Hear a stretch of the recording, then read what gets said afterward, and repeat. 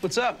Oh, I'm just compiling all the top sports scores, news, and odds so I can make the very best bets. Me too. BetOnline.ag. Join today and receive your 50% welcome bonus at betonline.ag.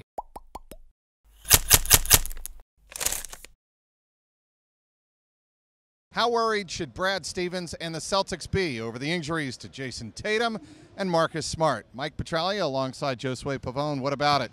Which injury concerns you most going into the playoffs? Believe it or not, I think I'm going to have to give it to Marcus Smart. I mean, it's not by a long shot, but, I mean, they're both equally as important. But when it comes to the heart and soul of this team, of this defense, especially against a team like the Indiana Pacers that's very physical, is going to fight every last minute, every possession. We've seen that from them. You need a guy like Marcus Smart. You want a guy like Marcus Smart. Now, does that mean the Celtics are out of it? Do they not have a chance if they don't have those guys throughout the course of a 7-game series against the Pacers? Not necessarily, but it's a humongous blow. Jayson Tatum is also a big blow to the offense, but I think this team has enough weapons offensively that they can do without him against a team like the Pacers, but defensively, that's a humongous blow without a Marcus Smart playing. Some perspective here, Josue. Marcus Smart left the building here on Sunday night after the loss to the Orlando Magic, a loss that clinched the number 4 spot for the Celtics in the playoffs, limping badly. I mean, it was slow, obviously. It happened in the third quarter. He stayed in the game, and then he collapsed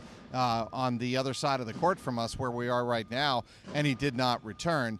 That concerns me a lot more than the Jayson Tatum injury, simply because after the game, Brad Stevens said that Tatum came into the game with a sore shin and kind of aggravated it midway through the first quarter, which kind of begs the question, what was Jayson Tatum doing playing in the game, right? Yes, it does, especially when you talk about someone like Marcus Smart. I mean, Marcus Smart went down, got back up, and then went back in the game and went down again. I mean, in a game like this where you already have the 4th seed tied up, you knew that going into it, essentially, because the game between the Nets and the Pacers ended before, or I should say around the time of tip-off here, right, between the Celtics and the Magic.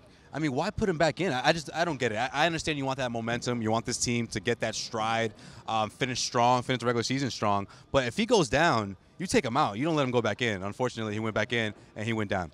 This Garden Report brought to you by betonline.ag. Go to clnsmedia.com/win and use the promo code CLNS50 for a 50% cashback bonus on your first deposit.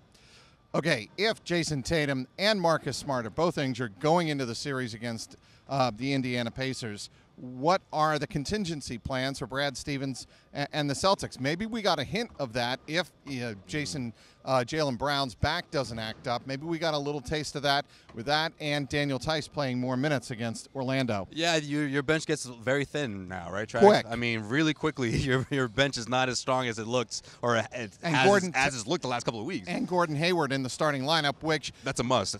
You know what, though? I wonder about that because Hayward has been so good in terms of energy and production for the second unit, something the Celtics have struggled with all season long in terms of getting production out of that second unit. If you just pop Gordon Hayward in the starting lineup, I don't know, to take the place of Jayson Tatum if Tatum has to miss time. I don't know if I like that much. Yeah, if it's not broken, don't fix it, right? That's a good point, Trax. Well, we have seen Jaylen Brown before he went down for those handful of games, was in the starting lineup, so you may see that. You're probably going to see that. But then you look at the front court, I mean, you have to put in someone like Marcus Morris, And I don't know how those two would mesh together. I think it would work. I know not everyone is excited about the thought of seeing Marcus Morris back in the starting lineup because he was struggling, or he has been struggling. But I just think he's versatile on both ends of the floor. I know we talked about that last week here at TD Garden. I think his defense there's much to be said about his defense and what he's able to do when he switches off the bigs, off their wings. So I think that's a no-brainer. You put him in the front court to make up for the loss of Jayson Tatum. And keep Gordon Hayward in the second unit. Keep Gordon Hayward in the second unit. I buy that. Start Jaylen Brown, get Jaylen going.